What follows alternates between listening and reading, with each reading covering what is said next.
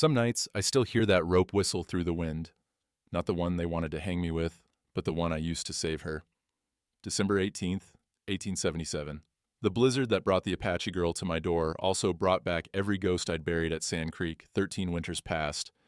She was barely breathing when she collapsed in my doorway, frost covering her black hair like diamonds, lips blue as a corpse. I leaned close to hear her over the howling wind. Her mouth moved, a whisper I couldn't quite catch. "Don't stop." I froze. Thought she was begging me not to hurt her, pleading for mercy from another white devil. My hands went still, hovering over her frozen body like I'd touched fire. Took me 3 days to learn she wasn't asking me to spare her. She was teaching me how to survive. "Don't stop moving in a blizzard," she meant. "Keep going, or you freeze." By then, we were both marked for death. By Christmas Eve dawn, we'd either walk free into spring or freeze 6 feet under with all my other failures. The choice came down to a rope, a warm stone, and whether a broken man could thaw his heart before winter claimed them both. 3 weeks before that rope, December 1st, 1877. The whiskey bottle sat on my nightstand, same as every morning, dust gathering on the label. Hadn't touched it in 4 days. Mary's ring hung from the bedpost, catching weak sunlight through frost-covered windows. 13 years since I buried her and the baby girl who never drew breath. 13 years of waking to ghosts. I made coffee for 2 out of habit, poured the second cup on frozen ground outside the cabin. "Morning, Mary," I said to the wind. "Still can't break it." Coldwater, Montana Territory. Wasn't much. 347 souls last count, dropping every winter. I rode to town for supplies, nodding at folks who nodded back but never stopped to talk. The soldier who quit. Some saw honor in it. Most saw cowardice. Fletcher's general store smelled like tobacco and lamp oil. I gathered flour, coffee, ammunition. On the shelf behind the counter sat a mended ceramic cup, wire holding the pieces together like prayer holding a sinner. I stopped, stared. Mary dropping her favorite cup, 8 months heavy with child. Me staying up till midnight with glue and wire. Her laugh. Some things are worth saving, even broken. Next winter, blizzard, her screams. Doctor couldn't reach us through the snow. Me holding that mended cup while they wrapped her body in sheets. "You want that old thing, Silas?" Fletcher asked. "Nah." I turned away. Just reminded me of something. Outside, December air bit like a dog. That's when I heard it. Sharp voices, the kind that precede violence. 3 men surrounded an old Apache trader in the street. The trader stood straight, dignity like armor, furs spread on the ground before him, legal trader's license pinned to his shirt. The biggest one, Dutch Keller, Grimwald's hired gun, kicked the furs into the snow, stomped them with his boot. "Indian pelts ain't worth white man's coin," Keller said. "Get out of our town, chief." The trader's voice stayed level. "I have license. Legal trade." Keller spat. "License don't mean shit for savages." Crowd gathered, watched, nobody moved. I saw the trader's hands, weathered, scarred, same as the Apache men at Sand Creek who tried to shield their families. My hands that held the rifle I wouldn't fire. Stay quiet and live. Speak up and lose everything. My coat, only good one I owned, came off before I decided. I walked forward, dropped it over the trampled furs. "Pelts are muddy now," I said. "Reckon that coat's worth 3 times what you were going to pay him." Keller turned slow. "This ain't your business, Thorne." Made it my business. I kept my voice flat. "Man's got legal license. Either trade fair or move along." His hand went to his gun. I didn't move. Just looked at him the way you look at a coyote sniffing around the henhouse. Patient, but ready. Keller's eyes said he wanted to try. His brain said otherwise. He spat at my feet. "You just bought yourself a war, old man. Colonel Grimwald don't forget favors to savages." They left. The trader picked up my coat, nodded deep. In Apache, I didn't understand the words, but I understood the weight. He said something that sounded like blessing. "My granddaughter," he said in English, gesturing north. "Her family, they travel 2 days behind. Winter comes hard. If you see them—" "If I see them," I said, "they'll be treated fair." He disappeared into snow flurries starting to fall. I turned. Sheriff Brooks watched from his office window, face unreadable. Behind him, another figure, well-dressed, cold eyes fixed on me. Colonel Marcus Grimwald.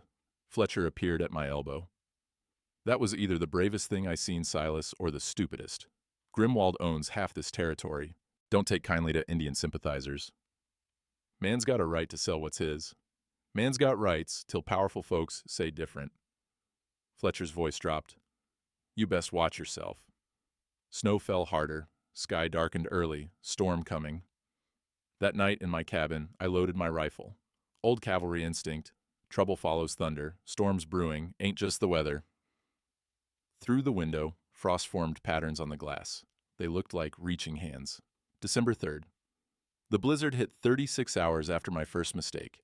Worst storm in 20 years. Wind tore shingles off the barn. Snow fell sideways. Temperature dropped to 25 below, still falling. I secured the animals, brought extra hay inside. Knew I was trapped for days. Inside the cabin, I barricaded the door against wind that screamed like dying men. Lit lamps, made coffee, sat by the fire with my rifle across my lap. Learned in the cavalry, winter storms bring desperate folks. Desperate folks do desperate things. Near midnight, scratching at the door, faint, could have been a branch. Then, thump, like a body falling. I grabbed the rifle, approached slow, open it, and maybe die. Don't open it and definitely kill whoever's out there. Some choices make themselves. Snow exploded inward when I opened the door. Gus nearly knocked me back. Huddled in the doorway, a girl. 13 maybe. Apache. Frost covered her hair and eyelashes like she'd been dipped in winter itself. Lips blue, barely conscious. She looked up at me, eyes wide with terror and desperation. Her lips moved. I leaned down to hear over the wind. Don't. Stop. I froze. Thought she was begging. Don't hurt me. Stop, please. My face must have shown horror. She thinks I'm going to hurt her? I ain't gonna hurt you, child. I ain't. She collapsed forward. I caught her, kicked the door shut against the blizzard. She was light as kindling, cold as stone. I carried her to the fire, wrapped her in all 3 blankets I owned. Rubbed her hands careful. Knew frostbite danger. Heated water, made her drink. She could barely swallow. Found old scars on her throat, recent cuts on her feet. She'd run barefoot through snow. Around her neck, leather cord with a stone talisman. The stone was warm. Everything about her was frozen, except that stone, radiating heat like it held summer inside. Hours passed. She slept fitful, whimpering. Nightmares. I kept watch, feeding the fire, keeping her warm. I know what she is. Apache. Same people I spent 5 years fighting, same people I watched die at Sand Creek while I stood frozen, rifle in hand, unable to stop it. Law says turn her over to territorial marshal. She's probably a runaway from the reservation. Probably means trouble. But Mary would have taken her in without a second thought. Every child deserves shelter, she'd say, and that traitor. He said his granddaughter was coming. 2 days north, she'd be arriving right about. Damn. Dawn came gray through the window, storm still raging. The girl woke, saw me at the stove making eggs and bread. She bolted upright, frightened, pulled the blanket tight. Easy, Vi, I said, not turning. You're safe. Got food. Figure you're hungry. She didn't answer. I plated breakfast, set it on the table, backed away to give her space. She watched me like I was a wolf, slowly reached for the food, ate like she was starving, which she was, but trying to have manners about it. Someone taught her right. Name's Silas, I said. Silas Thorne. You got a name? Her whisper barely carried. Ayita. That's real pretty. Long silence. Snow battered the windows. Storm will last another day, maybe 2. You're welcome to stay till it clears. I paused. Then we'll figure it out. That evening, Aida sleeping by the fire, me at the window keeping watch. I saw movement through the blowing snow. Torches. 3 of them, moving toward my cabin despite the blizzard. Closer. 5 riders, leading them Dutch Keller. They stopped at my gate. One dismounted, nailed something to my fence post.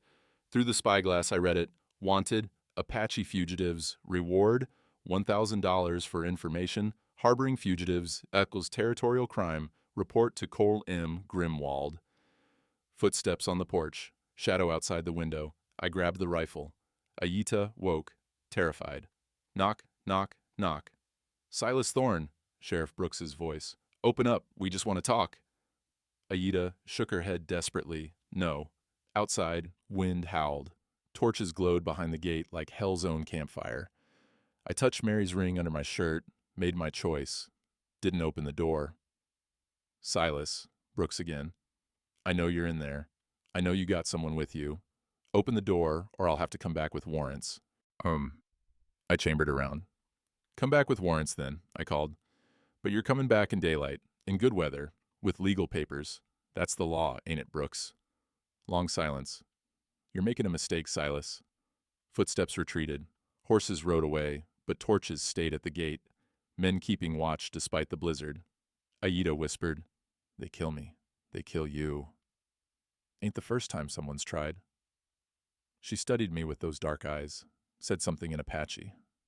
Don't speak Apache, girl. What did you say? Warm heart, cold eyes, you are between two worlds. December 5th, storm broke at dawn. So did whatever peace I had left.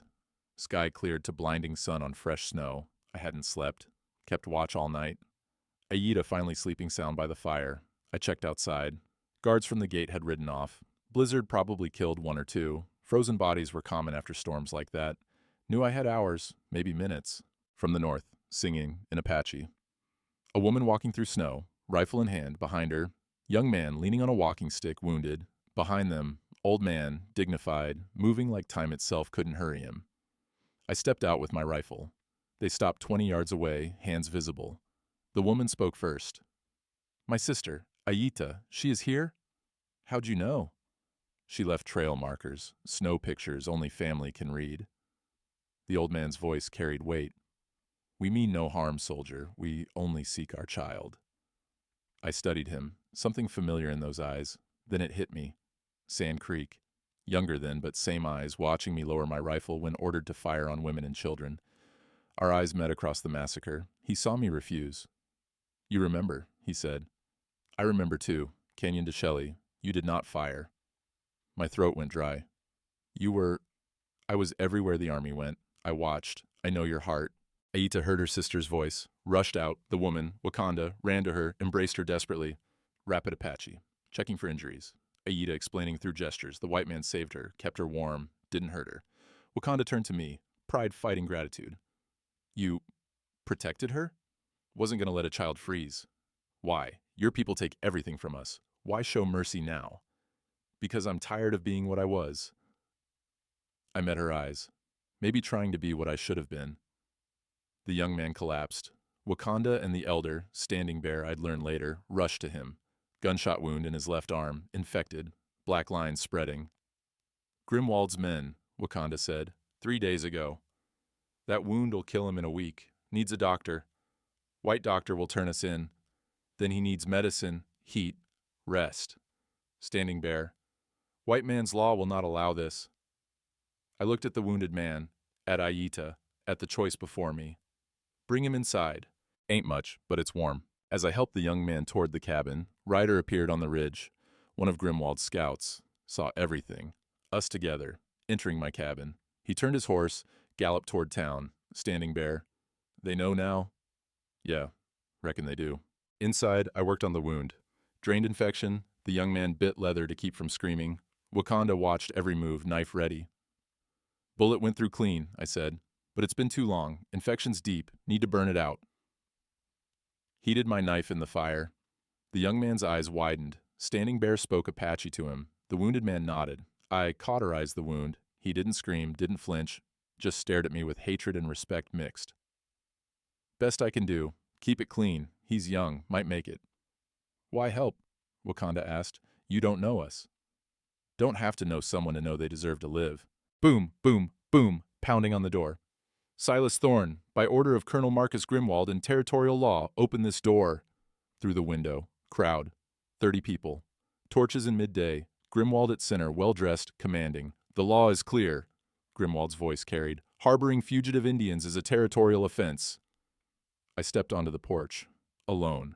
Rifle pointed down. Grimwald smiled, predator confident in his power. Silas Thorne, former captain, Union Army, man of honor, I'm told. His voice oozed false courtesy. Surely you understand the law must be upheld. Understand the law fine. Also understand the difference between law and justice. A pretty distinction. Irrelevant. Turn over the Indians or face arrest yourself. My hands tightened on the rifle. These people ain't property, and that girl ain't going nowhere while I'm breathing. Crowd murmured, some shocked, some approving. Grimwald's smile hardened. Careful, Thorne. You're choosing a side. Choose wrong, and you'll lose everything. Already lost everything that mattered. All I got left is my word and my soul. I looked him dead in the eye. Ain't trading either for your approval. Dutch Keller stepped forward. Colonel, let me drag him out. Make an example. Grimwald raised his hand. No, Mr. Thorne will see reason. He turned to the crowd. You all witness. He refuses lawful order. Fletcher pushed through the crowd. Silas, don't be a fool. These are just Indians, not worth your ranch, your life. Fletcher, you helped measure my wife's coffin. You know she'd be ashamed of every man here if we let children die for paperwork. Sheriff Brooks stepped between us. Hold on. Legal order requires proper warrant from territorial judge. Don't see one. Grimwald's face darkened. Sheriff, you'll have your warrant by morning. Until then, I suggest you remember who pays your salary. Territory pays my salary, and territory law says no seizure without warrant. Brooks looked at me. Until morning? This man's within his rights. Very well, Grimwald gestured. Men pulled a wagon forward, barrels, tar, rope, timber. Keller grinned. Just in case Mr. Thorne's barn needs warming. Cold night coming. Hate for his livestock to freeze. Threat clear. Surrender the Apache or burn. Grimwald nailed a document to my door. Legal seizure notice, unpaid taxes, sunrise tomorrow. This property becomes territorial possession. His smile was ice. Convenient timing, wouldn't you say? The papers were real. Forged or rushed through, didn't matter. As the crowd dispersed, some looked ashamed, others eager for tomorrow's violence. Fletcher lingered. Silas, I can hide you and the girl, just the girl, let the others go. All of them or none of them. Then you're a damn fool. Inside, they waited. Wakanda, Standing Bear, the wounded man barely conscious, Aita. We will leave, Standing Bear said. Your sacrifice is noted, but we cannot let you die for us. Ain't about you. It's about who I see in the mirror. Aita whispered, Don't stop. I finally understood. What? Wakanda. In the blizzard, when she found you, she tried to teach you, don't stop moving, don't stop walking, you stop in blizzard, you die. The words hit like revelation. She wasn't begging, she was instructing, teaching survival. Aita, you didn't stop, you saved me. Outside, sunset, torches lit at my fence, men camping in shifts. I loaded my rifle. Mary's ring caught lamplight. Mary, I whispered, I'm about to break every sensible promise I made at your grave. Hope you'd understand. Standing Bear placed his weathered hand on my shoulder. Canyon to Shelley, you stood between evil and innocence. You stand here again, the ancestors see. That night, last night of the Old's life, maps spread across my table. Standing Bear drew in charcoal, valleys, ridges, the path north. Sacred caves, 3 days north, winter shelter. Our people wait there. Wakanda shook her head. But Grimwald's men watch, and Dakota cannot ride. The wounded man, Dakota, lifted his head. I can ride. I will ride. You'll fall off a horse in a mile, I said. Wounds festering. We need a distraction. Transportation. Time we didn't have. Knock at the back door. Not front. Significant. 3 short, 2 long. Code knock. I approached cautious, rifle ready. Wakanda raised hers. I waved her down. Open to Sheriff Brooks. Don't have much time, he said, quick and quiet. They think I'm checking your back perimeter. Come to arrest us early? Come to help you run. Silence. Everyone stunned. Why? I asked. You wore the badge. You stood with Grimwald today? I stood for the law. Grimwald's not law. He's money and meanness dressed up fancy. Brooks paused. Besides, I got reasons. Personal reasons. He removed his hat. From inside the band pulled a small photograph. Young Cheyenne woman, beautiful, smiling. My wife, Singing Bird. Married her in '63. By '64, she was dead. His voice went flat. Sand Creek Massacre. She was visiting relatives. My chest tightened. Shared trauma between us like a bridge. I wasn't there, but I spent 13 years learning who was. Learned you were there too. Learned you refused to fire. He looked at Standing Bear. Learned his people remember the soldiers who didn't shoot. Brooks, if you help us, you'll lose your badge, maybe your life. Already lost what mattered. Badge is just tin. He spread a different map, detailed drawing of town and surroundings.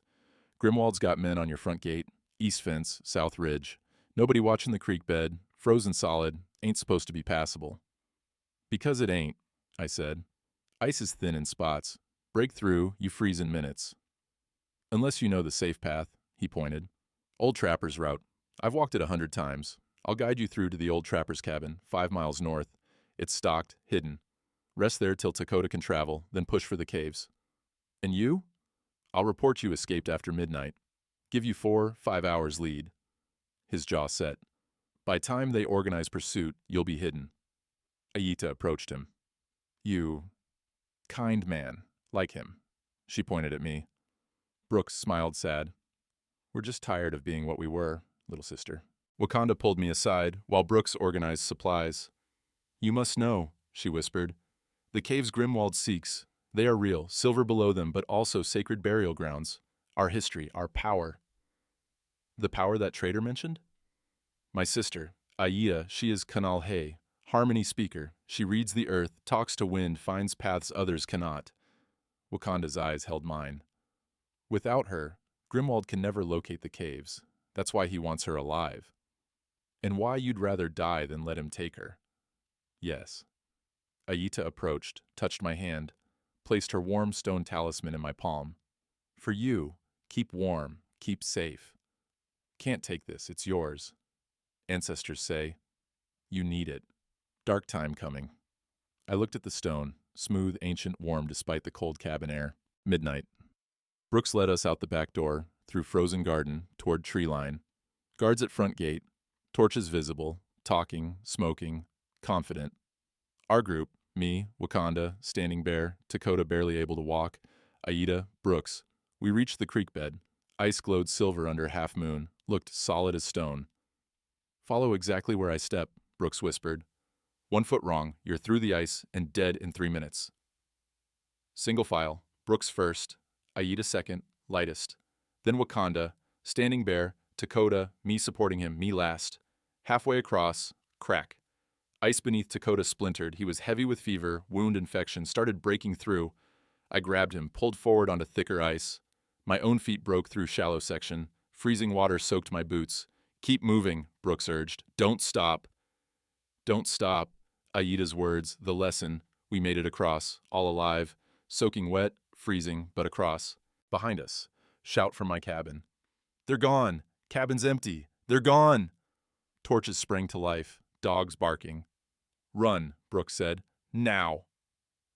We ran through forest. Dakota collapsed twice, each time I lifted him. Behind. Dogs getting closer. They had our scent. Finally, old trapper's cabin, hidden in dense pines. Brooks opened it. Inside. I'll lead the dogs wrong direction. They'll know you helped. Brooks removed his sheriff's badge, handed it to me. Give this to Aida. Tell her Singing Bird would have liked her. He ran off, shouting, breaking branches, creating false trail. Inside the cabin, small, cold, but hidden, supplies stacked. Brooks had prepared this on the table, a note in his handwriting. Reach the church ruins by Christmas Eve dawn. Someone still remembers the old promises. B. Church ruins? I asked. Standing Bear nodded. I know this place. Old Spanish mission, near the sacred caves. White men abandoned it. Spirits protect it now. Outside, dogs barking faded. Brooks led them away. Inside, Dakota unconscious, burning with fever. Wakanda wept silently. He can't go much further, I said. The sacred pool, Standing Bear said. In the caves. It heals what white medicine cannot. 2 days' travel. In his condition, then we move fast. Aita sat by the window, holding her stone. Wait, she'd given it to me. But she had another. Placed this one on Dakota's fevered forehead. Sang softly. His breathing eased. Fever didn't break, but steadied. Ancestors listen, she said to me. They say, you choose right, but pain coming, much pain. For me or for you? For all, but after pain, spring. Outside, snow began falling, gentle, covering tracks. The land helps, Standing Bear said. We are not alone. December 7th, 2 days running, 2 days building something I didn't know I needed. Dawn in the safe house. Dakota's fever slightly improved, but still critical. We were exhausted, but alive. I made breakfast from Brooks's supplies. Cornmeal, dried meat, coffee. Small comforts meaning everything. Aida watched me cook, fascinated. Your mama teach you to cook? I asked. She nodded, touched her throat scar. Before soldiers, before... You don't gotta talk about it. But she wanted to. First time sharing with a white man. 6 winters ago, soldiers came, said we must go to reservation. Father said no. Father was teacher, medicine man. He teach me weather signs, earth songs. She traced symbols and spilled flour on the table. Apache writing. He say, Ayita, you are special. Kanal hey, you will keep our people alive when all else dies. Then, she couldn't continue. Then he couldn't protect you. She nodded, silent tears. My wife, Mary, she died bringing our baby into the world. Blizzard night. Couldn't get doctor. I showed her Mary's ring. I held her hand and couldn't do nothing. Baby girl, never took a breath. I touched the ring. 13 years I carried this. Couldn't let go. Couldn't move forward. Froze my whole heart up. Aita's small hand covered mine. Warmth flowed from her talisman, but also human connection. Heart not frozen, just winter sleeping, now spring coming. Wakanda watched from the doorway, her face softer than I'd seen. You are not what I expected, she said. White soldiers are hard, cold, dead inside. You are tired and trying to do better. When my sister sings to Dakota, I see you protect us. Not like jailer, like family ought to. Long look between us, something unspoken acknowledged. Standing Bear smiled knowingly. The ancestors work in ways beyond our seeing. They brought you to each other for purpose. Examining papers Brooks left, I found something. Legal documents buried beneath maps. Territorial Adoption Act of 1875, I read aloud. Section 4, subsection B, any ward under age of maturity lacking bloodkin may be claimed by legal guardian through petition and testimony. Understanding dawned. Wakanda, you're Aida's sister, bloodkin. But if something happened to you, she would have no one. Would become property of territory.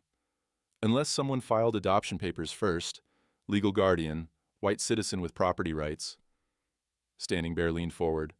You would claim her as your daughter? If it kept her free, if it meant Grimwald couldn't touch her legally.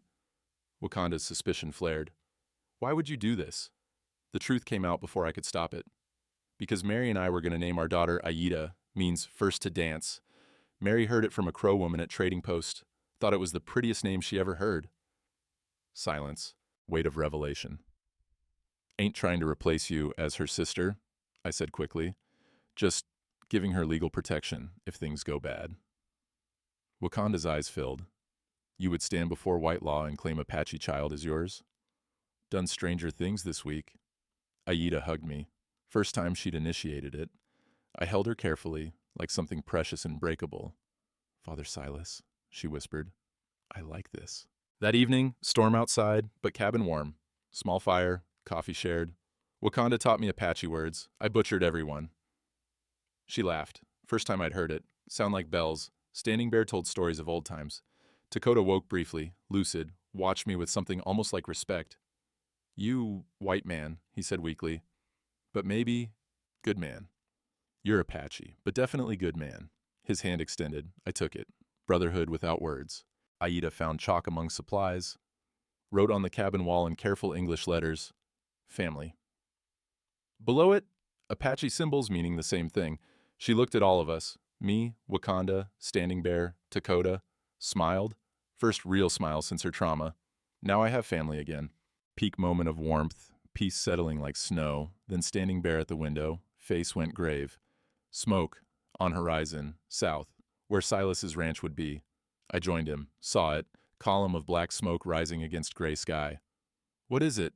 Wakanda asked. My voice came out hollow. That's my home. Was my home. Grabbed spyglass from supplies. Focused on distant smoke. Through the lens, my cabin, barn, fully engulfed in flames. Tiny figures moving around. Grimwald's men, making sure it burned complete. Everything. 13 years of memories. Mary's things. All burning.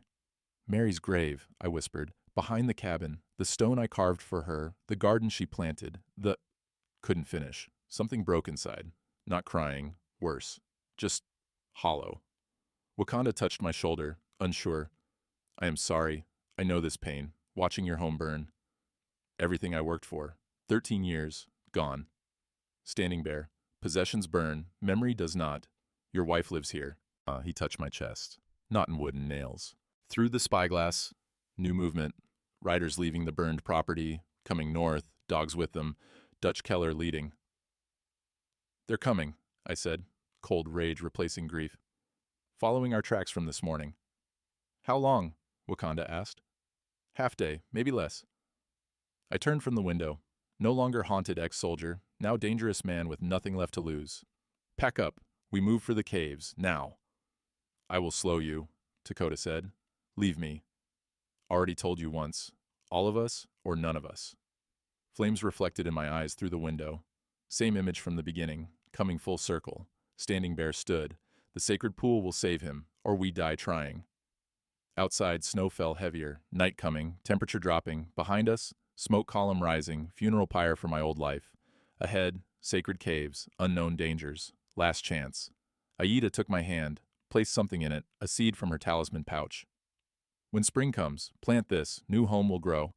"What kind of seed?" "Hope." December 10th, the day I learned you can lose everything twice, 3 brutal days, traveling north through deepening winter, temperature 30 below at night, snow drifts chest high, Dakota deteriorating despite Aida's songs and warm stone treatments. I carried him the final miles on my back, through snow that swallowed me to the waist, his fever burning through both our clothes. Standing Bear led using Aida's directions. She pointed at landmarks only she could sense. Rock that sings, tree that remembers, stone that weeps. We were close, so close to the sacred caves, to the healing pool. Emerged from tree line into small clearing. Ruins of old Spanish mission ahead, the church Brooks mentioned. Movement, too late to hide. Colonel Grimwald stepped from behind the mission wall. 20 armed men surrounding the clearing. They'd been waiting. "Mr. Thorne?" Grimwald's voice carried false courtesy. "So predictable. Brooks told us exactly where you'd go." My heart sank. "Brooks betrayed us?" Dutch Keller grinned. "Sheriff sang like a bird once we applied the right persuasion." No chance to fight. Guns on all sides. Dakota unconscious on my back. Aida shaking with exhaustion. "Surrender the girl and her family," Grimwald said. "You'll face only harboring charges. Resist and I'll add murder to your crimes." "What murder?" Keller's grin widened. "The murder of Sheriff Brooks. Found him dead this morning. Someone shot him 3 times. You were the last one seen with him." Wakanda gasped. Standing Bear's face showed grief. Brooks was dead, and we were being framed. "You son of a—" I moved for my rifle. Keller clubbed me from behind. I went down hard, Dakota falling with me. Soldiers grabbed Aida. She screamed. First sound above a whisper anyone had heard. Raw, terrified. Wakanda fought like a wildcat. Took 3 men to subdue her. Standing Bear stood firm. Wouldn't resist physically, just stared at Grimwald with ancient contempt. Dakota lay unconscious, couldn't fight. I struggled to rise. Boot to my ribs put me down. "Chain the white man," Grimwald ordered. "The Indians go to territorial holding until we decide their fate." Forced march south. Back toward the cold water, iron shackles on my wrists, on my ankles, like a slave. Like a prisoner of war, Apache kept separate, Aida crying silently, Wakanda's eyes burning with hatred. Standing Bear singing death songs in Apache. Dakota dragged on a travois, clearly dying now without reaching the sacred pool. 2 days back through snow, I was barely fed, not allowed to sleep properly. They wanted me broken. Arrival in Coldwater. Afternoon, Main Street. Grimwald had orchestrated it. Whole town gathered, like a parade. I was dragged through in chains, mounted soldiers on either side, like captured enemy. People lined the streets, not cheering, not jeering, worse, looking away, former friends. People I'd helped over the years, all avoiding my eyes. Fletcher stood with Grimwald. Wouldn't meet my gaze. Women whispered behind hands. Children stared. An old veteran fought beside me once, spat on the ground as I passed. "Traitor to your race." Apache prisoners marched behind me, soldiers rough with them. Aida saw me in chains, started to run to me. Guard grabbed her. She reached her hand toward me. I shook my head. "Keep your dignity, girl. Don't give them the satisfaction." She understood, stood straight, stopped crying, wouldn't let them break her. Wakanda saw this, pride mixed with grief in her eyes. "You teach her well," she called, loud enough to carry. "Even in chains, you walk like free man." Thrown into jail. Coldwater's small lockup. 2 cells, stone walls, iron bars, me alone in 1 cell, Apache in the other, larger one. My cell was degrading. Rats. No bed, just filthy straw, bucket for waste. Single candle burning low, cold enough to see my breath. Through bars, I could see the Apache cell, Dakota lying motionless, Wakanda holding Aida, Standing Bear praying. I took inventory of my losses. Ranch, burned. Home, destroyed. Mary's grave, desecrated by fire. Brooks, dead. Was he really a traitor or tortured for helping us? Freedom, gone. Reputation, ruined. Hope, dying with Dakota in that cell across from mine. I examined the warm stone Aita had given me, still in my pocket. Guards missed it. It glowed faintly in darkness. Only warmth in this freezing tomb. Silas Thorne, Standing Bear's voice through the bars. You lose everything outside, but have you lost what is inside? Don't know what I got inside anymore. Honor, you still have honor. His eyes held mine. When guard kicked you, you did not beg. When crowd mocked you, you did not curse. When girl reached for you, you thought of her dignity before yours. Pause. Honor ain't land, ain't house, ain't even freedom. It's how you stand after you fall. Wakanda approached the bars between us. Why do this? You could have turned us in, collected reward, kept your life. Maybe because keeping my life wasn't worth losing my soul. Your people will not understand. Don't need them to, just need to understand myself. Aida squeezed her small hand through the bars. I moved to her, our fingers touched. Father Silas, she whispered, you are bravest man, like my real father. A tear rolled down my weathered face. First I'd cried since Mary died. When spring comes, we remember. We tell stories, stories of white man who chose right. Throughout the night, Dakota's breathing grew more labored. Infection had spread completely. Black lines visible on his neck, blood poisoning in its final stage. Wakanda held him singing, Standing Bear prayed. I watched helplessly through bars, wanted to help, couldn't even reach him. Just before dawn, Dakota's eyes opened, lucid for the first time in days. He looked at me. Uncle, he whispered, thank you for trying. Ain't over yet, boy. For me, it is. To Wakanda, sister, be strong. To Aida, little wind dancer, remember songs. To Standing Bear, grandfather, I will wait with ancestors. His eyes closed, breathing stopped. Wakanda's scream, Apache death wail, primal. It shattered the silence, broke something in the air itself. Aida sobbed without sound, Standing Bear's face, granite hiding earthquake. I gripped the bars, helpless, failed him, failed all of them. Dawn broke. Light through the cell window felt like mockery. Footsteps, multiple guards, Grimwald with them. Mr. Thorne, court convenes in 1 hour, your trial begins. Trial? For what? Murder of Sheriff Brooks, harboring fugitives, treason against the territory. He held up a document, official death warrant already signed. Judge Prescott is practical man. Trial is formality.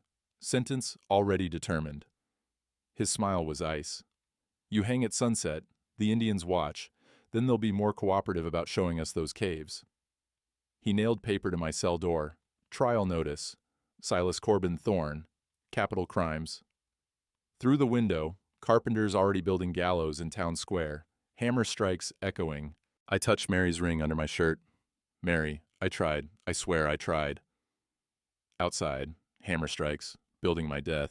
Inside, rats scurrying, candle dying, cold breath rising, across the cell, Apache family grieving Dakota's body.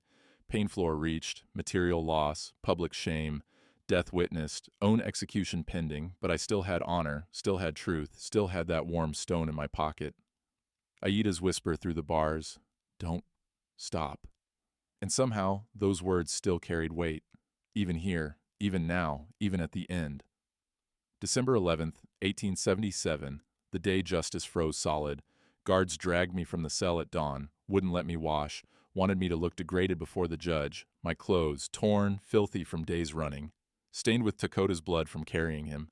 Apache prisoners forced to stay in their cell. Guards positioned them where they could see through the window into town square. Grimwald leaned close to Wakanda. You'll watch what happens to those who defy me? Then you'll tell me where those caves are? Or you'll join him? No formal courthouse in Coldwater. Trial held on town hall steps. Public spectacle. Crowd gathering. Bigger than before. People from neighboring settlements. Word had spread. The Indian lover gets his judgment. Temperature 20 below. Breath clouds from every mouth. Snow falling light like ash. Makeshift judge's bench. Table on platform. Judge Prescott, 60-something, rotund, clearly in Grimwald's pocket, banged his gavel on the table.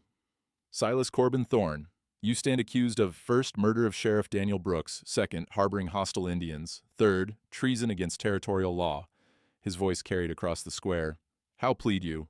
Not guilty, on all counts. Crowd murmured. Some surprise, most had expected me to beg for mercy. Very well, prosecution may present evidence. Grimwald himself prosecuted, smooth, charismatic, convincing. Gentlemen of the territory, he began, pacing before the crowd. This man, once a Union officer, has betrayed everything he swore to uphold. Evidence presented like cards in a crooked game. First, Brooks' body, covered wagon nearby. Grimwald pulled back the tarp, 3 bullet wounds in the chest. Mr. Thorne's rifle caliber, Grimwald announced. Second, witnesses. Dutch Keller took the stand. Saw Thorne and Brooks arguing night of December 5th. Heard Brooks say, "You're making a mistake." Truth twisted. Brooks had said that about turning the Apache in, not about helping us. Third, Apache harboring. Multiple witnesses testified seeing me shelter hostile Indians in my cabin. Fourth, escape. Mr. Thorne fled with known fugitives rather than turning them into lawful authority. I tried to speak. Judge, I got defense. I got truth. Brooks was helping us. He was murdered by... Prescott banged his gavel. Mr. Thorne, you'll speak when permitted, not before. This ain't a trial, it's an execution with paperwork. One more outburst and you'll be gagged. Most of the crowd stood silent, some clearly uncomfortable, but Grimwald's men, planted throughout, cheered each piece of evidence. Swaying opinion like wind pushing wheat, Fletcher stood near front, wouldn't look at me. Old veterans in the crowd, some looked ashamed, others convinced I was a traitor. I got witnesses, I said, when Prescott finally allowed me to speak. Standing Bear was at Sand Creek. He saw me refuse orders to. Indian testimony is not admissible in territorial court. Prescott cut me off. Next. Then let Wakanda testify. She's educated, speaks perfect English. She'll tell you Grimwald's men shot her brother, burned my home. Grimwald stood smoothly. The testimony of a hostile fugitive? Hardly credible, Your Honor. Sustained. Indian testimony inadmissible. Then what about white witnesses? I demanded. People in this town know my character, know I wouldn't murder Brooks. Prescott nodded. Very well, call your witness. Hope flickered. I call Fletcher Morrison, town merchant. He's known me 13 years. Fletcher came forward, reluctant, sweating despite the cold. Fletcher, I said, tell the judge. You know I wouldn't murder Brooks. You know I'm not a traitor. Long pause. Fletcher looked at Grimwald, at the crowd, at the gallows being finished in the background. His next words killed me. I can't say for certain what Mr. Thorne would or wouldn't do. His voice shook. He's been different since his wife died. Drinking heavy, talking strange. Fletcher, what are you... I seen him arguing with Brooks multiple times. I seen him harbor Indians after being ordered not to. He swallowed hard. And I heard him say he'd rather die than give up those Indians. Sounded like a man willing to kill for 'em, too. Crowd gasped. Whispers exploded like wildfire. You're lying. I lunged forward. Guards grabbed me. Fletcher, why? Grimwald stepped forward, placing a hand on Fletcher's shoulder. Thank you, Mr. Morrison. And thank you for your previous cooperation. The location scouting, the supply reports, all very helpful. Understanding crashed over me like an avalanche. The trapper's cabin, the route we took, how Grimwald knew exactly where we'd run. You, I said. You've been working for him. You told them about the cabin. You told them where we'd go. Fletcher looked at his feet, ashamed but defiant. He owns my store mortgage, Silas. I got family. I had no choice. There's always a choice. You taught me that once. My voice broke. Or was that a lie too? I'm sorry. Sorry, don't bring back Brooks. Don't save those people in that cell. Prescott banged his gavel. Order, I've heard sufficient evidence. The square went quiet. Silas Corbin Thorne, I find you guilty on all charges. Crowd erupted, some cheering, some protesting, most just watching. Sentence to be carried out at sunset today. Death by hanging. Guards grabbed me. I didn't fight, just hollow. Everything I'd tried to do, everyone I'd tried to save, all for nothing. Through the jail window, visible from the square, Aita's face pressed to bars, tears streaming down her face, hand reaching through bars toward the gallows. A single tear dropped, landed on frozen ground below the window, froze instantly into a perfect crystalline tear. Back in the cell, door locked, Bars between me and the Apache family. Wakanda held Ayita, who sobbed silently. Standing Bear stood like a statue carved from ancient stone. Dakota's body still there, covered with a blanket. For the first time, I completely broke. Not tears, worse, rage. I kicked the bucket across the cell, slammed fists against stone wall until my knuckles bled, screamed until my throat was raw, then collapsed, head in hands. 13 years, I gasped. 13 years trying to be better, trying to make up for Sand Creek, and for what? So I can hang like a criminal while that bastard steals sacred land and that coward Fletcher walks free? Standing Bear's voice cut through my rage. You are not dying for nothing. You are dying for honor, for truth, for standing between evil and innocence. I'm dying because the law is rigged, the judge is bought, and the truth doesn't matter. Law is not justice, law is words on paper. Justice is in heart. He touched his chest. You have justice here. They cannot take that. Wakanda moved to the bars. I hated you when we met, saw you as enemy, as everything that destroyed my people. Maybe you were right. No, I was wrong. Her voice softened. You are proof that hearts can change, that honor exists even in broken systems. My brother, Dakota, before he died, he called you uncle. Greatest honor Apache warrior can give, Ayita whispered, clear despite the bars between us. When spring comes, I will sing of you. White man who chose right, who died with honor, stories will remember. Stories don't save lives, girl. Yes, they do. They save spirits.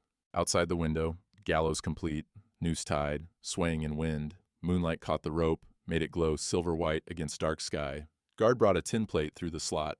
Last meal, traitor. Eat up, you got 4 hours. 4 hours until sunset. I didn't eat, just stared at that rope through the window, reached under my shirt, pulled out Mary's ring, held it in my shackled hands. Mary, I whispered. I'm coming. I tried to save one like we lost. I really tried. Silas, Standing Bear's voice. Look at me. I looked. I was at Canyon de Chelly, saw you lower your rifle, saw you refuse to shoot children. You think ancestors don't know? You think your wife doesn't know? Knowing don't change the rope? No, but it changes what the rope means. You don't hang as criminal, you hang as warrior, as family, as honor. Outside. Torchlight beginning to gather. Sunset approaching faster than time should allow. Inside. I gripped Mary's ring. Across the cell, Ayita placed her hand through the bars. I took it. Warmth flowed between us. Don't stop, she whispered. Even now, don't stop believing. One more night before the rope, 1 hour before sunset, when all seemed lost. I sat in the cell, guards outside, could hear them testing the gallows, trapdoor drop, thump, testing the rope's strength, each test like death's knock at my door. Ayita sang softly in Apache, death song or prayer, I couldn't tell. Wakanda had stopped pleading with guards, just held her sister. Standing Bear sat in meditation, or prayer to ancestors, or maybe just acceptance of what comes. I'd made my peace. Sort of. The rope would swing, I'd die, but I'd die knowing I chose right. Mary would understand that, at least. Suddenly, commotion outside the jail, horses arriving fast, multiple riders, urgent voices. Court's closed, a guard shouted. Judge has ruled. Another voice, unfamiliar, authoritative, cutting through like a knife. Federal marshal supersedes territorial judge. Open this door, now. The cell door burst open. Light flooded in, blinding after the dimness. A figure entered, tall, gray-haired, wearing a federal judge's coat. Behind him, 3 federal marshals. Real ones, not Grimwald's paid dogs. Silas Thorne? The man asked. I stood slowly. That's me. I'm Judge Samuel Harrison, Federal Circuit Denver.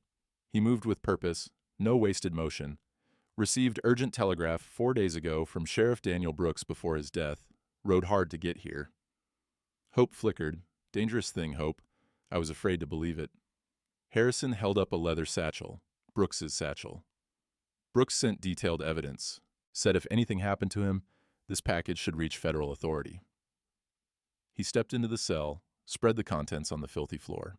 Lit by lantern, I saw Brooks's journal, detailed accounts of Grimwald's illegal activities dating back 2 years, land seizures through fraud, forced removals of Apache families, names, dates, 3 murders attributed to Grimwald's men, financial records, proof Grimwald bribed Judge Prescott $500 in gold, documented, proof he bought Fletcher's cooperation, mortgage forgiveness in exchange for information, payment records to mercenaries, telegraph copies, Messages between Grimwald and territorial officials, planning to frame me, planning to use the Apache as leverage to find the sacred caves, witness list, names of townspeople who'd seen Grimwald's crimes but were threatened into silence. 12 names. Some I recognized. Brooks' letter, dated the night he died, his handwriting shaky but clear. If you're reading this, I'm dead. Grimwald's men killed me for helping the Apache and Silas Thorne escape. Thorne is innocent of all charges. Grimwald is guilty of murder, fraud, conspiracy to commit murder, unlawful seizure of property, and conspiracy to steal from sovereign Apache lands. The attached evidence proves it all. Please ensure justice is served. My wife Singing Bird would want this. Sheriff Daniel Brooks. But there's more, Harrison said. He produced a forensic report, official federal document. We found Brooks' body, examined the bullet wounds thoroughly. He held it up so I could read. Bullets were .44 caliber. Your rifle is .45 caliber. Physical impossibility, you shot him with your weapon. The door burst open again. Grimwald stormed in, Keller and 4 men behind him. Judge Harrison, this is a territorial matter. You have no jurisdiction. Murder of a federal-appointed sheriff creates federal jurisdiction, Colonel Grimwald. Harrison's voice went cold as January ice. I have every authority here, and I'm placing you under arrest. Grimwald's face went pale, then red. This is absurd. You can't. Moreover, Harrison continued, ignoring him, we found something extraordinary. He nodded to his marshals. They brought in a wooden box, frost still clinging to its sides. 3 days ago, ice thawed in the creek where Brooks died. Harrison opened the box carefully. His body had fallen through ice after being shot. Current carried him downstream. He froze solid in an ice hollow, preserved perfectly. Inside the box, Brooks's hand, severed at the wrist, preserved in a block of ice, still clutching something. Harrison carefully removed the object.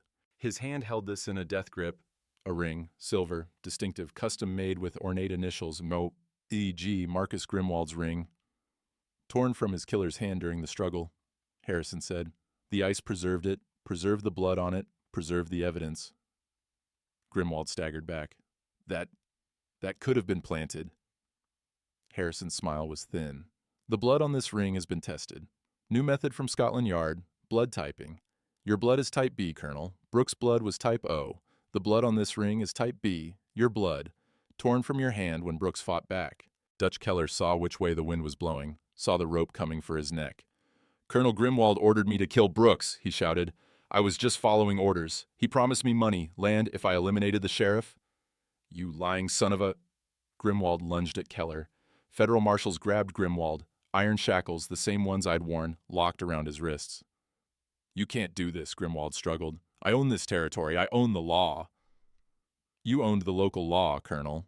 Harrison's voice carried authority that couldn't be bought. Federal law is different. Many tyrants have learned that lesson too late. Harrison turned to me. Mr. Thorne, you're free. All charges dropped. Moreover, he produced another document. Your ranch. The seizure was illegal. Grimwald forged the tax documents. Your property is restored, though I understand it was burned. Don't matter. I could barely speak. What about them? I pointed to the Apache cell. The Apache prisoners. Harrison addressed the local deputy who'd gone pale. What are the charges? The deputy stammered. Fleeing reservation without permission. Trespassing on territorial land. Federal Indian Policy Reform Act of 1876, which supersedes all territorial law, states that indigenous peoples may petition for travel permits and land claims outside reservation boundaries if persecution or unsafe conditions are proven. He looked at Standing Bear through the bars. I've read Sheriff Brooks' testimony in detail. You and your people fled violence, threats, and starvation at San Carlos Reservation. Is this accurate? Standing Bear stood tall. Yes, we seek only safety, a home where we may live in peace. Then under federal authority, I'm granting temporary protected status to you and your people. You're free, pending a full hearing on your petition for recognized settlement rights. Silence. Absolute silence. In that jail. I couldn't believe it. Wakanda's mouth opened, but no sound came. Aida stared. Standing Bear's weathered face showed the first crack of emotion I'd seen. Furthermore, Harrison continued, pulling out one more document. Regarding the adoption petition, Sheriff Brooks filed on your behalf 3 days before his death. What petition? I asked. Brooks filed paperwork claiming you sought to legally adopt the minor child Aida as your ward and daughter. The petition is valid and properly executed. If you still wish to proceed, and if the child's blood relatives consent, I can approve it immediately under emergency federal jurisdiction." He looked at Wakanda. Tears flowed down her face. "Yes, yes. He is worthy. He is family. He has proven it with his blood and his honor." Harrison nodded. "Then by the authority vested in me by the United States Federal Court, I declare Aida legally under the guardianship and protection of Silas Corbin Thorne, with all rights and privileges as his adopted daughter." Cell doors unlocked. That sound, metal on metal, clang of freedom, I'll never forget it. I stepped out first, legs shaky, first time free in days that felt like years. Apache stepped out, Wakanda, standing bare. Aida ran to me, wrapped her arms around my waist. "Father," she said, clear voice, not a whisper. The word echoed in that jail like a bell. First time she'd spoken above a whisper since her trauma. The healing had begun. Harrison gestured to the door. "We walk out together, Mr. Thorne, all of you, eyes open, free." "Together?" I asked, still couldn't quite believe. "All of us?" "Together, into the light." We moved toward the jail entrance. Through the door, crowd gathered in the street. News had spread like wildfire, but instead of execution light, we walked into sunset light. Golden, beautiful, the light of freedom, not death. Behind us, Grimwald dragged out in chains, the reversal complete, the image of my humiliation now his. Crowd's reaction, mostly silence, shame. Some began clapping slowly, uncertain, trying to process what they'd just witnessed. Fletcher broke through the crowd, weeping, fell to his knees before me. "Silas, God forgive me, I was weak. I was afraid. I looked at him. Part of me wanted to spit, to curse him, to make him feel what I felt, but I was too tired for hate. "You were afraid, Fletcher. I understand fear." I paused. "Don't make it right. Don't erase what you did, but I understand." He wept harder. I walked past him. Harrison approached me privately as federal marshals secured Grimwald and Keller in a wagon.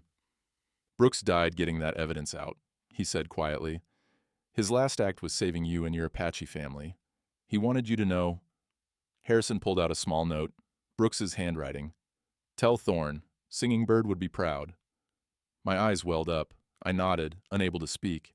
Outside the jail, sunset painted the sky in gold and crimson. Not the sunset of my execution, the sunset of a new beginning, but Standing Bear's face showed concern. "The sacred pool, we must still reach it. Give Dakota's spirit proper rest in sacred ground." "Where is this place?" Harrison asked. 3 days north, in the ice caves." Harrison nodded decisively. "Then I'm assigning federal escort. 8 marshals, protection all the way there and back. Make sure you reach it safely." We stood in that street, me, Aida holding my hand, Wakanda beside us, Standing Bear tall and proud. Grimwald in chains in the wagon, screaming threats that nobody listened to anymore. Justice had come. Not perfect, not complete. Brooks was still dead, Dakota was still dead, my ranch was still burned. But we were alive, we were free, we were family, and sometimes that's all the justice you get in this world. Sometimes that has to be enough. December 19th, 6 days after my trial. The day spring began in winter. Federal escort, 8 marshals plus Judge Harrison rode with us. 3 days hard travel through deepening winter toward the sacred caves. We carried Dakota's body wrapped in blankets. He deserved burial in sacred ground with his ancestors. Aida guided us, using her Kanalhe gift, pointing to landmarks invisible to everyone else, reading weather patterns, finding paths through impossible terrain, approaching the Spanish mission ruins, beyond it, the ice caves. Night before reaching the caves, chaos erupted in camp. Dutch Keller, still loyal to Grimwald despite everything, broke his colonel free from custody, killed 2 federal marshals in the process, throat slashed, silent, professional. They fled with 5 remaining mercenaries, 7 men total racing toward the caves ahead of us. Harrison discovered the bodies at dawn. "They're going for the caves. Grimwald knows the girl leads to them. He'll try to reach them first, take what he can." "Then we ride hard," I said. "Can't let him desecrate sacred ground." Christmas Eve dawn, sun rising gold and red over white landscape. We reached the Weeping Woman Rock Formation, entrance to the sacred caves, but Grimwald was already there, his men positioned with rifles behind rock formations. "Thorne!" Grimwald's voice echoed off stone. "I'll make you a deal. Send the girl to guide us to the silver, and we leave peaceful." "Ain't no silver, Grimwald," I shouted back. "Just sacred ground you got no right to." "Then I'll make new ground," he gestured. His men showed barrels of black powder positioned at the cave entrance. "Come in after us or watch me blow these caves to rubble."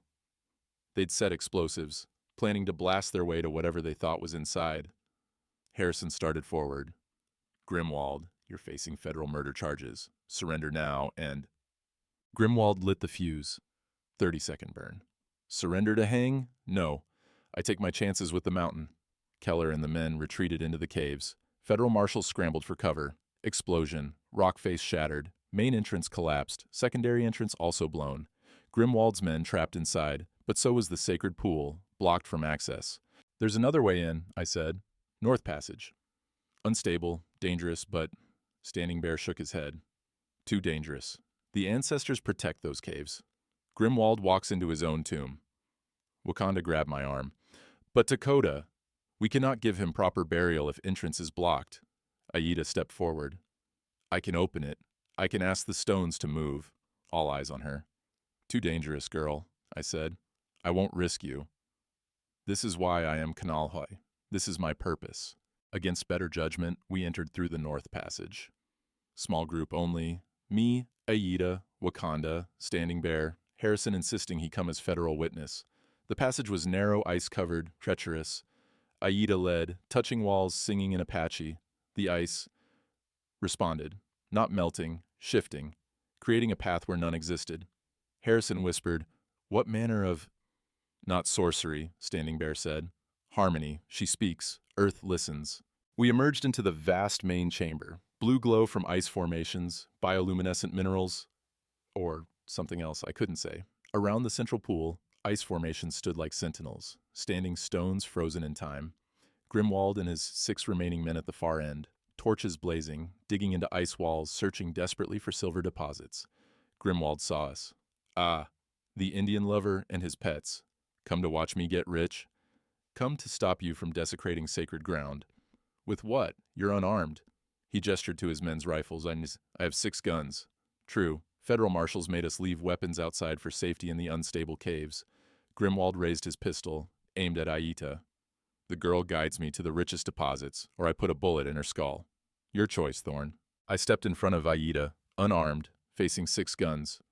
"You want to shoot? Shoot me, but the girl stays free." "Brave. Stupid, but brave." Grimwald's finger tightened on the trigger. "Justice don't need blood, Grimwald. Just witnesses." I kept my voice steady. "You're already beaten. You just don't know it yet. I'm standing here with guns and gold waiting to be found, and you think I'm beaten? You're delusional." Standing Bear stepped forward beside me. "The ancestors watch. They judge. And you are found wanting." "Ancestors?" Grimwald laughed. "I'll send you to meet them." He fired. The bullet hit me in the left shoulder, spun me backward. I fell hard on the ice. Blood spread, red on blue-white. Beautiful. Terrible. Aida screamed. Wakanda rushed to me. Grimwald turned to Keller. "Take the girl. Make her show us where—" Rumbling began. Deep. Subsonic. Felt in bones more than heard. Ice formations began to glow brighter. The sacred pool, frozen over, started to crack. Spiderweb patterns spreading. "Boss," Keller said, nervous. "Maybe we should—" I said, "Take the girl." Keller grabbed for Aida. She didn't move, just stood still, singing. The rumbling intensified. Crack. Ice beneath Grimwald's men split. Not randomly, selectively. Under Keller, ice held for a moment. Under 2 mercenaries, ice shattered. They fell through into frozen lake 30 feet below. Screaming stopped instantly. Under 3 more, same. Ice choosing who falls. Keller, terrified, ran for the exit, slipped on ice, fell, slid toward the edge of a new hole opening beneath him. Grabbed the edge, hung there, legs dangling over nothing, looked up at me, bleeding on the ice. "Please," he gasped. "Please help me." I could reach him, could save him. This man who murdered Brooks, burned my home, mocked me. I crawled forward despite my wound, extended my hand. You'd save me? After everything?" "Ain't about what you deserve. It's about who I am." Our fingers almost touched. Ice beneath Keller cracked again. Final. Absolute. He fell, eyes wide. No scream, just gone into the frozen dark. I tried. That mattered. Grimwald stood on an ice island. All his men dead. Ice cracking around him in a perfect circle, closing in. "This isn't real," he said. "Earthquakes. Natural phenomena. Not judgment." Standing Bear's voice carried ancient weight. Believe what comforts you. Earth knows truth. Grimwald raised his pistol at Standing Bear, pulled the trigger. Click, gun frozen, won't fire. He tried again, click, click, click. Finally, crack beneath him. Small one. Water seeping up through ice, freezing his boots to the ground. Wait! Grimwald's composure shattered. Wait, I'll leave, I'll go, I'll never. Final, crack. Ice broke perfectly around him, circular, clean. He dropped through, his face visible through the ice as he sank, froze, showed eyes wide with understanding and terror, the realization that he'd lost to something greater than money or power or violence. The ice sealed over him, preserved him, like a museum specimen of human greed.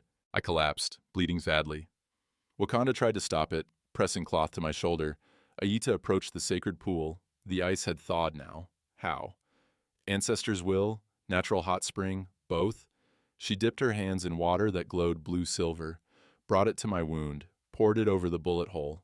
I gasped, pain sharp, then warmth, spreading like sunrise through my whole body. The wound didn't close, but bleeding stopped. Completely. Infection prevented, life saved. Sacred pool heals, Aita said softly, like it would have healed Brother Takota.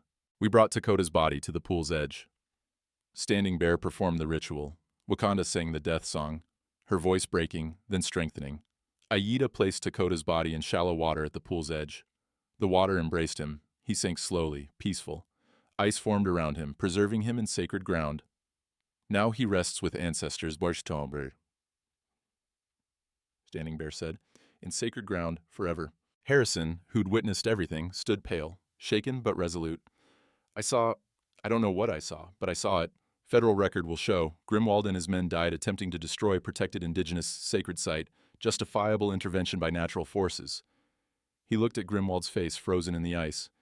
His crimes are preserved here, evidence visible for anyone who doubts. More marshals entered cautiously, securing the area. They saw Grimwald through the ice, saw my wound miraculously stabilized, saw the impossible beauty of this sacred chamber. We emerged from the caves in a Christmas Eve morning, federal marshals waiting. Townspeople had arrived, word spread fast, Fletcher among them. Harrison addressed the crowd.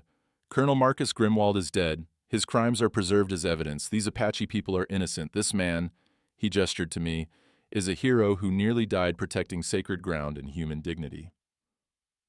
Crowd reaction, mix of shame, relief, wonder. Fletcher approached, fell to his knees before me. Forgive me, Silas. Please, I was weak and... Fletcher, look at me. He raised his eyes, broken, desperate. You betrayed me, cost me everything, nearly cost these people their lives. I know, I don't deserve... No, you don't, but I'm giving it anyway. Forgiveness, not because you earned it. I touched my wounded shoulder, because carrying hate is heavier than this bullet. I extended my hand. He took it, wept. I removed Mary's ring from the chain around my neck, approached Wakanda, placed it in her hand. This was my wife's, for the daughter we never had. Now for the daughter I do have. Wakanda understood, took the ring, placed it on Aita's finger. Too big, but symbolic. Your wife watches, she said. She approves. Christmas Eve sunset. Valley peaceful below. Apache settlement visible in the distance. They'd reached their land at last. I stood with my found family, wounded but alive.